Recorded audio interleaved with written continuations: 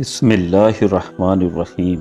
السلام علیکم ورحمۃ اللہ وبرکاتہ۔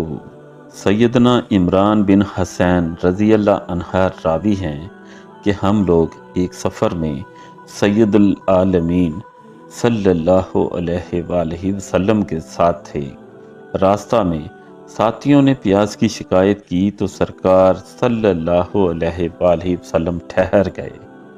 پھر مولا علی شیر خدا رضی اللہ عنہ اور ایک دوسرے صحابی رضی اللہ عنہ سے فرمایا، تم جاؤ اور فلاں جگہ تمہیں ایک عورت ملے گی، اس نے اونٹ پر 2 پانی کے مشکیزے رکھے ہوئے ہیں، اس عورت کو لے آؤ۔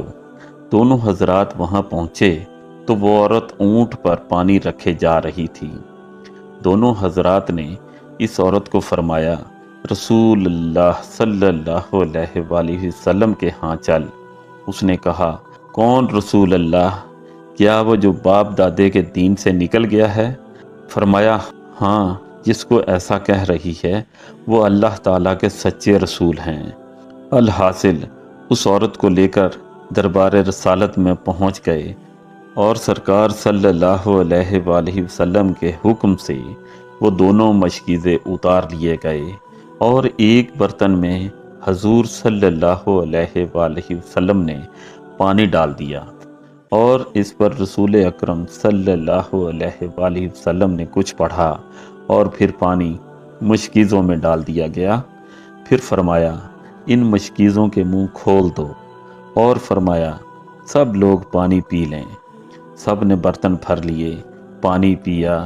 وہ عورت کھڑی دیکھ رہی تھی کہ یہ کیا ہو رہا ہے، اور مشکیزوں سے پانی کم نہیں ہو رہا بلکہ پہلے سے مشکیزیں زیادہ پر نظر آ رہے ہیں۔ اس کے بعد حضور اکرم صلی اللہ علیہ وآلہ وسلم نے فرمایا کہ اس عورت کے لیے کچھ کھانے کی چیزیں اکٹھی کرو، اور کپڑا بچھا کر اس میں کھانا وغیرہ جمع کیا گیا حتیٰ کہ وہ کپڑا بھر گیا۔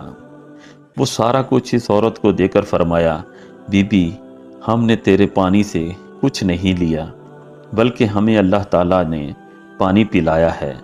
وہ عورت جب اپنے اہل خانہ کے پاس پہنچی تو انہوں نے پوچھا، تو دیر کر کے کیوں آئی ہے؟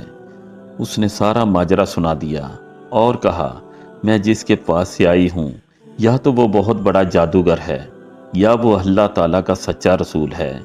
یہ سن کر وہ لوگ سارے کے سارے حاضر ہو کر اسلام قبول کر کے صحابی بن گئے۔